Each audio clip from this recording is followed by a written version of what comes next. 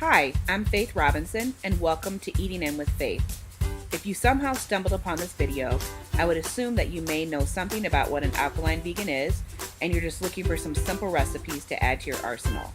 Or perhaps you have heard about alkaline veganism, but don't know too much about it, and you're looking to find out more information and to get a few starter recipes under your belt. The journey to becoming an alkaline vegan can be a difficult transition for some, and hopefully this video can shed some light on some questions that you may have and help you to get started. What is a vegan?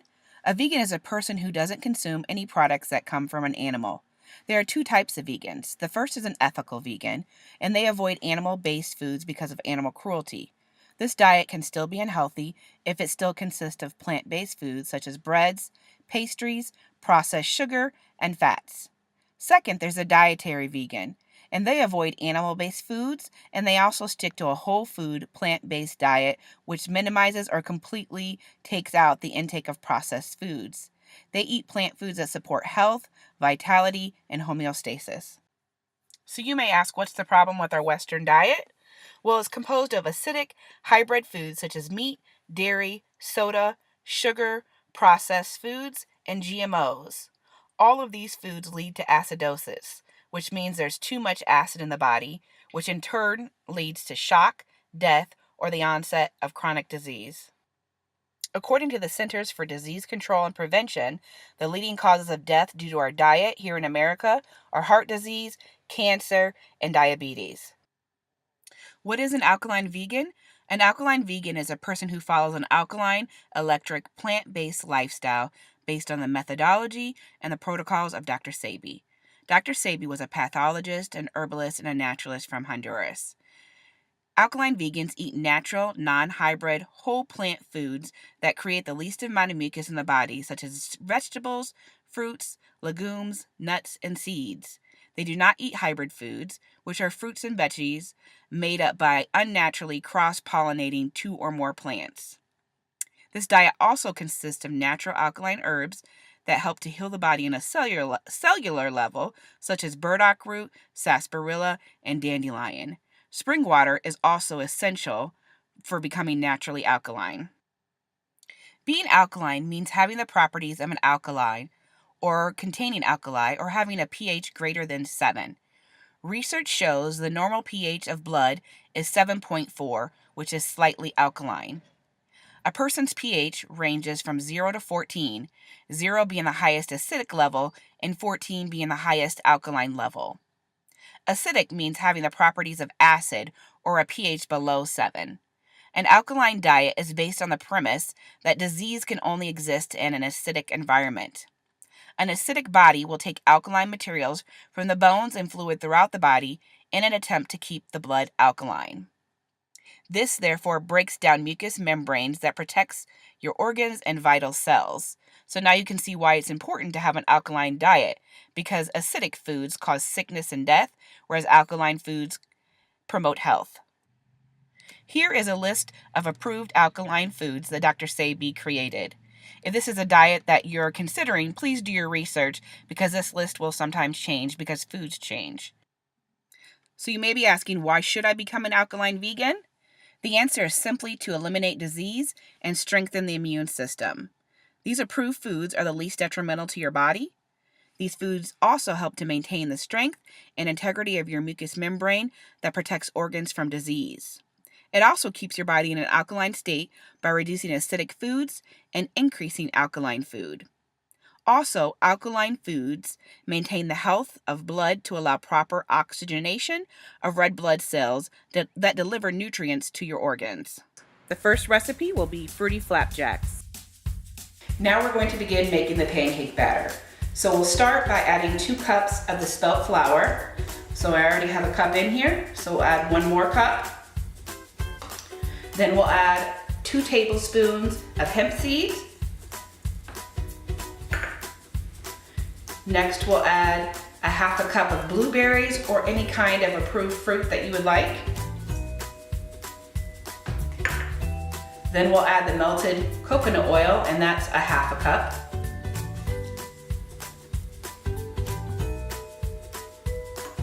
And then we'll add agave to sweeten the batter.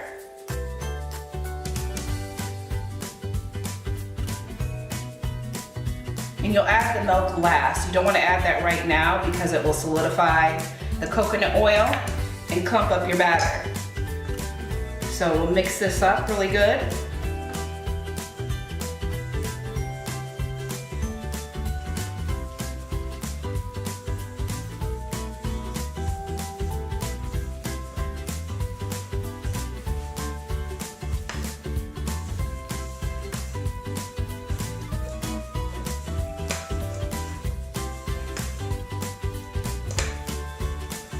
It might be a little bit thick, but that's okay.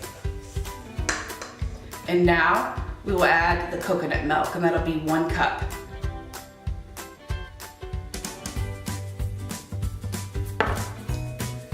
And we're gonna mix that up really well.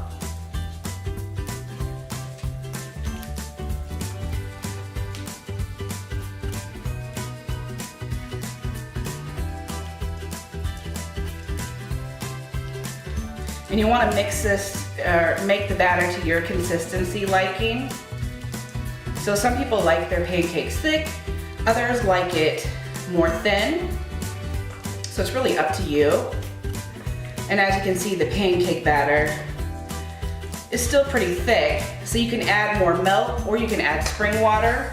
I'm gonna add a little bit more spring water until I can get it to the right consistency.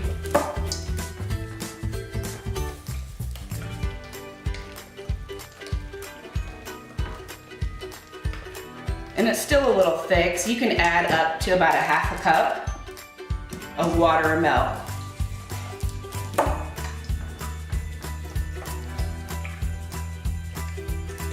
I don't like mine too thick because then they take longer to cook.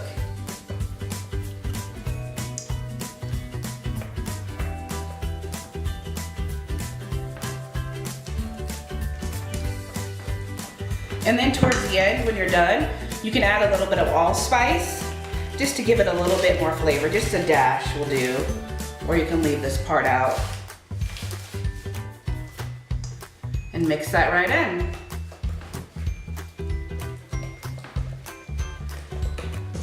And now we're ready to cook the pancakes. So let's begin cooking the pancakes. So you want to start out with a griddle at about 350 degrees, or if you prefer, you can cook them on a pan on the stove, but this is just easier for me when you have to make a lot.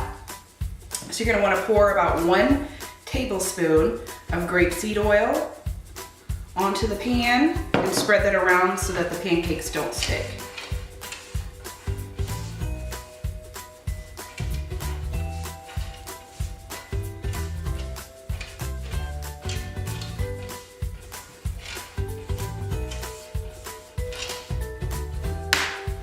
And then we'll begin adding the pancake batter.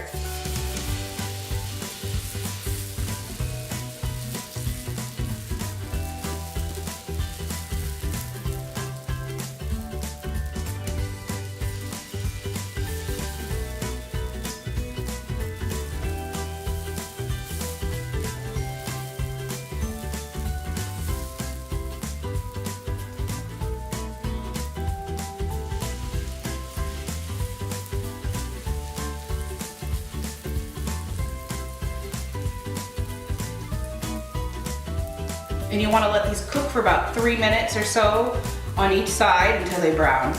The pancakes should be done now, so let's plate them. And they're ready to enjoy.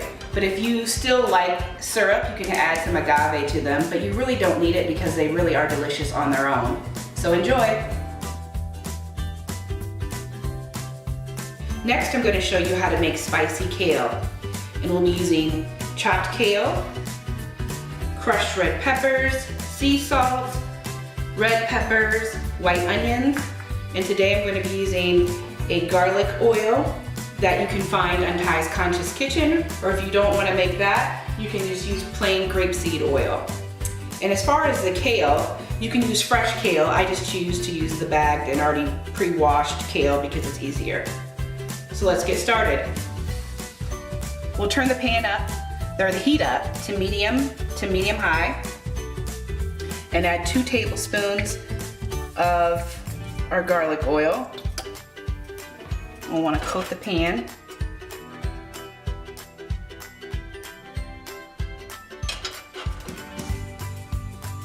Then we'll add 1/4 of a cup of red peppers,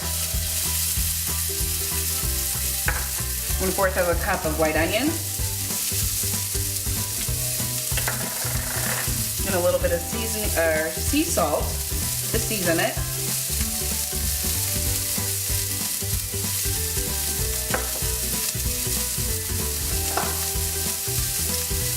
We'll coat that.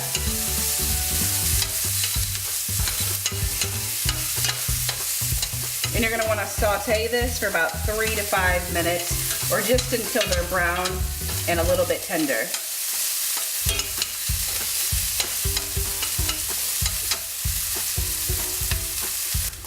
We'll add the kale.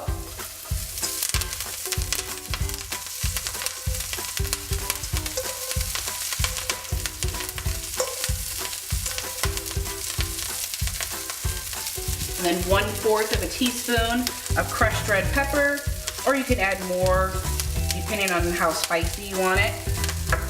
And I add a little bit more sea salt to season. You don't need much. Then you'll want to toss this. Get everything mixed up.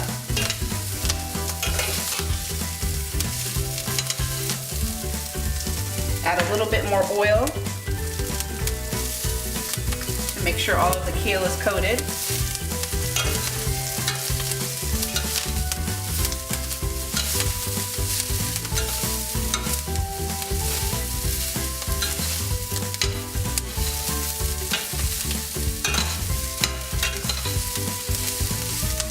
And remember, the kale is going to cook down considerably.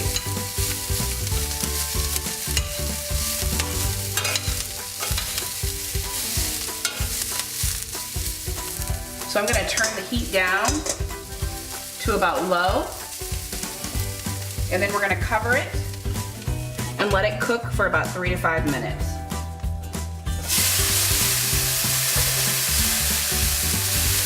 So we're going to want to check the kale and give it a good toss.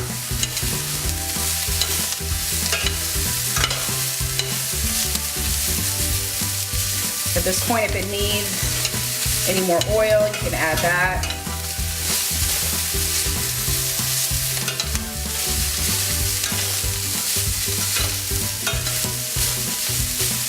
And we'll need about another 3 minutes, so we're going to cover it for 3 more minutes. Now I've taught you how to make spicy kale, and it's an easy side dish that you can put with any meal.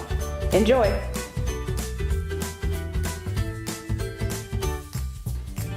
Now we'll be making an alkaline veggie omelet using approved items. So we'll be using items such as spring water, garbanzo bean flour, sea salt, cayenne pepper, oregano, basil, onion powder, mushrooms, green peppers, tomatoes, and red and white onion. So let's begin making our alkaline veggie omelets. So we'll start out by using 1/4 of a cup of garbanzo bean flour, 1/3 of a cup of spring water. Then we'll add 1/4 of a teaspoon of each approved seasoning. So we'll add 1/4 of a teaspoon of sea salt, 1/4 of a teaspoon of cayenne pepper, 1/4 of a teaspoon of oregano, then our basil, then our onion powder. And next we're going to whisk it so it should be thin and look like eggs. You want it to be kind of soupy.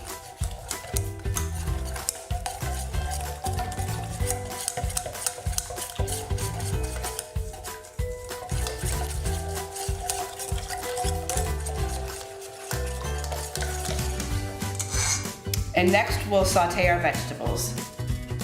Let's begin preparing our omelet. So you want to heat the pan up to about medium heat and add just a little bit of oil to coat the pan.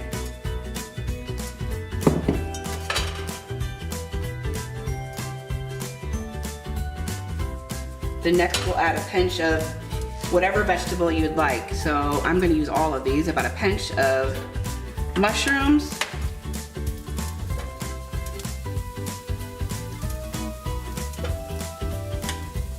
a pinch of green peppers,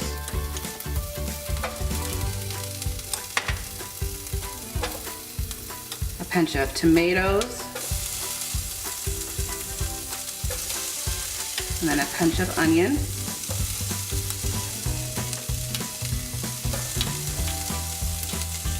Then we'll add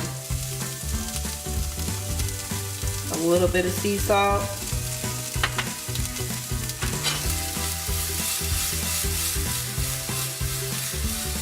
And then you're going to want to saute those lightly. So now once the vegetables are slightly brown, we're going to want to add our chickpea mixture.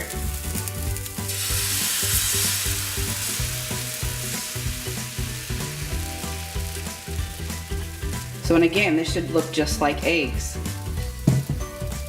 We're going to want to make sure it's spread all around the pan and then it's not going to stick. You may want to use a slightly smaller pan than the one that I have. Get that back on the heat. And the problem here with the veggie omelet, it may come out to be a veggie omelet, or it may come out to be like scrambled, a scrambled chickpea mixture. It just depends. It takes time and practice to be able to make an omelet, and sometimes it just doesn't work. So you're gonna want to go around the edges, make sure that it's not sticking, and you'll want to let this cook at least 3 or 4 minutes before you even attempt to try to turn it. So now we're ready to attempt to turn this. So we're going to add just a little bit more grapeseed oil just to make sure it's not sticking.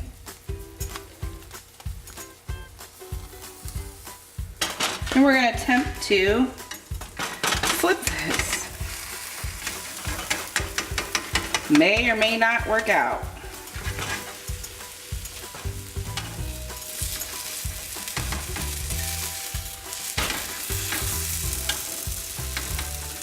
Uh-oh. See, this is what I'm talking about. It may end up being a scramble.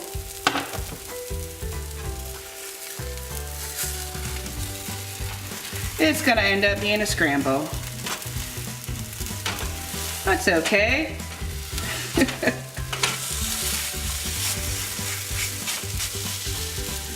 Let's let it cook just a tad bit longer.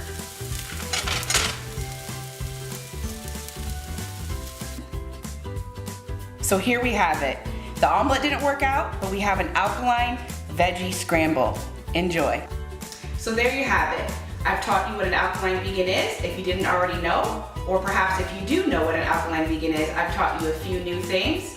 I've taught you 3 simple recipes that can get you started or get you back on track. So thank you for tuning in with Eating In with Faye.